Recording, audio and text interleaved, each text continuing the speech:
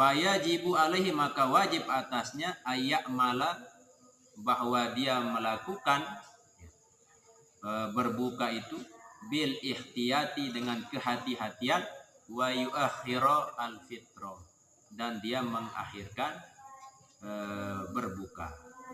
Artinya kalau dia sudah yakin maka segerakan, kalau masih ragu maka untuk kehati-hatian akhirkan dulu sampai kita sudah yakin.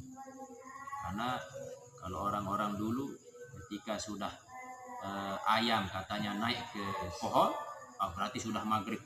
Padahal ayamnya ini bergulut mas, ya.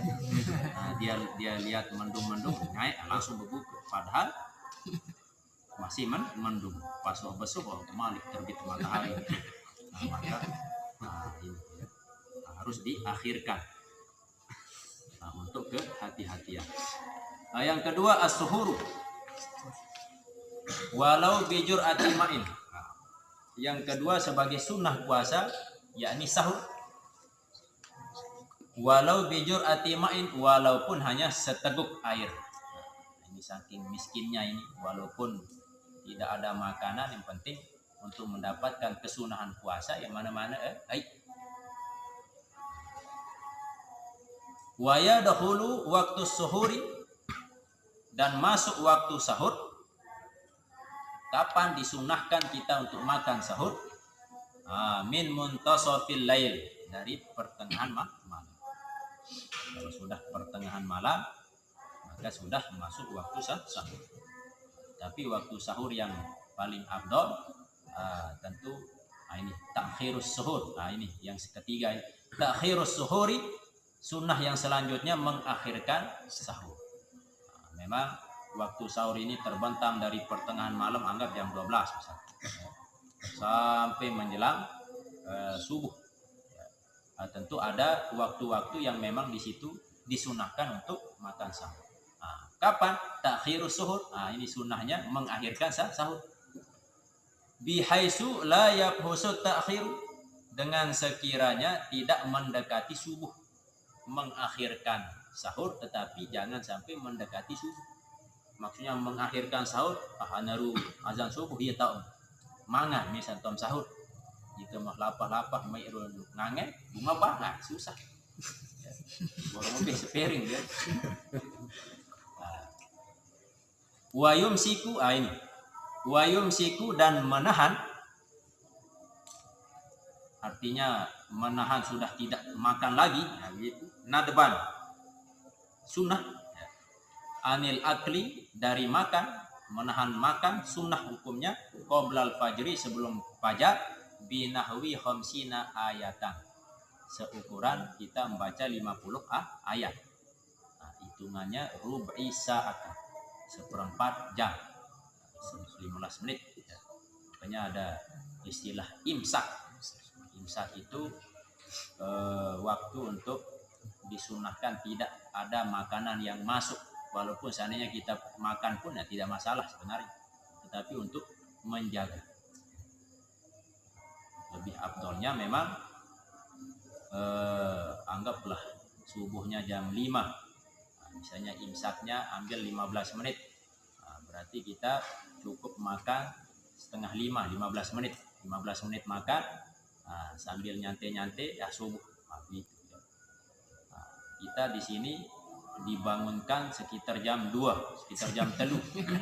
Turun semangat jam 5 lapah mantap ya. Maka disitulah kelebihan dari mengakhirkan waktu sahur supaya tenaganya agak kuat. Misalnya kita sahurnya jam 3, padahal mulai start puasanya jam 5, kan berarti 2 jam nganggur. Kalau kita sahur jam setengah 5, berarti ada tenaga yang lebih di situ. Ini salah satu sunnah. Dan disunahkan di sini walau hanya seteguk air. Kenapa? Karena untuk mendapatkan keberkahan. Apa berkah sahurnya di situ? Ya ada tenaga. Walaupun sekedar air, ada tenaga. Inilah salah satu kelebihan pedulinya agama itu dalam kesehatan kita. Kama qala sahibu Safatiz Zuhd. Wa sunnah ma'ilmil ghurubi yuftir, dan disunnahkan besertaan pengetahuan, ya, mengetahui al-ghurubi, yakni terbenamnya matahari, yuftiru, berbuka, bisur'atin, dengan bersegera, wa aksuhu at-tasahur, kebalikannya sahur. Kalau sahur sunnahnya mengakhirkan.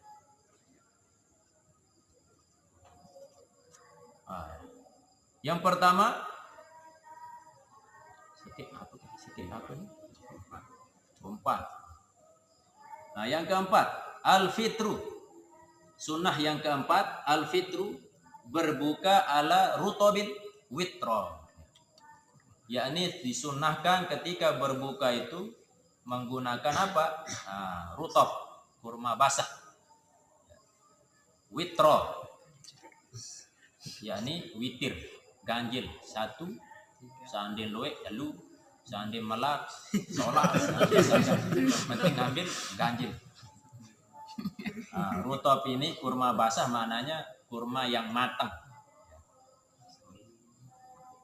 Fayuqaddimuhu, maka dia mendahulukan, kembali kepada rutob itu, dahulukan. Kalau banyak makanan, terus ada kurma basah, maka ambil kurma itu dulu untuk kita makan. Awalan, yang utama, pertama. Fa ilam yajid, maka jikalau tidak ada kurma matang itu, basah itu, fa busrin, maka ambillah kurma yang agak mentah. Jadi busrin itu istilah kurma yang masih kurma yang masih matang-matang sedikit, ya, matang lalu tapi agak matang tapi sudah menguning. Ibarat kelengkeng sak robin tep balap kepanen nol, sudah matang tapi tidak sampai terlalu matang. Kalau istilahnya orang Arab itu balah. Jadi kurma ini dia sudah matang sedikit tapi enak rasanya, ada sepat-sepatnya sedikit.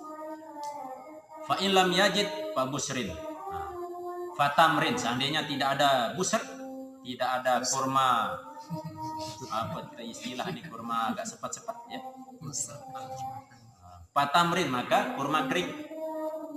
Jadi ada istilah rutob, ada istilah busrin, ada istilah tamrin. Kalau rutob itu kurma yang matang agak basah, sedangkan busar itu kurma yang masih muda tapi ya tetap enak, ya. Tamar itu kurma yang kering, jadi bisa bertahan sampai bertahun-tahun. Kalau tidak ada pamain, maka awali dengan air, pamai zam-zam, air zam-zam. Tidak ada korma untuk beli, tidak ada air zam-zam, apalagi kejauh atau beli, ya. Pamain cukup dengan air ledang sudah. Air jeding. Tidak ada air jeding, hulwin, ya, maka makanlah hulwin. Apa hulwin? Al-hulwu wa huwa malam tamassahun naru kal asli waz zabib, yaitu makanan yang tidak diproses oleh api, seperti al-asal, madu, wazabibi, anggur. Sains kedua, asli, ya. Boleh mengarang kitab nih, pama ini terakhir bagi yang miskin-miskin. Kalau tidak ada hulwin, pahalwa, ya. Maka dia mengawali sunnah berbuka dengan halwa. Apa artinya halwa? Wahwa ma masatun naru, yakni makanan yang sudah diproses atau disentuh oleh api, dimasak oleh api. Apalah kopi itu. Wah, perkosa siapa? Maka waqad nazama zalika ba'duhum faqala, dan sungguhnya telah dinazamkan, ya, yang demikian itu oleh sebagian mereka ulama, faqala famin rutobin, maka sebagian dari rutob, fal busri, fat tamri, zamzamin, fama fahulwin summa halwa lakal fit.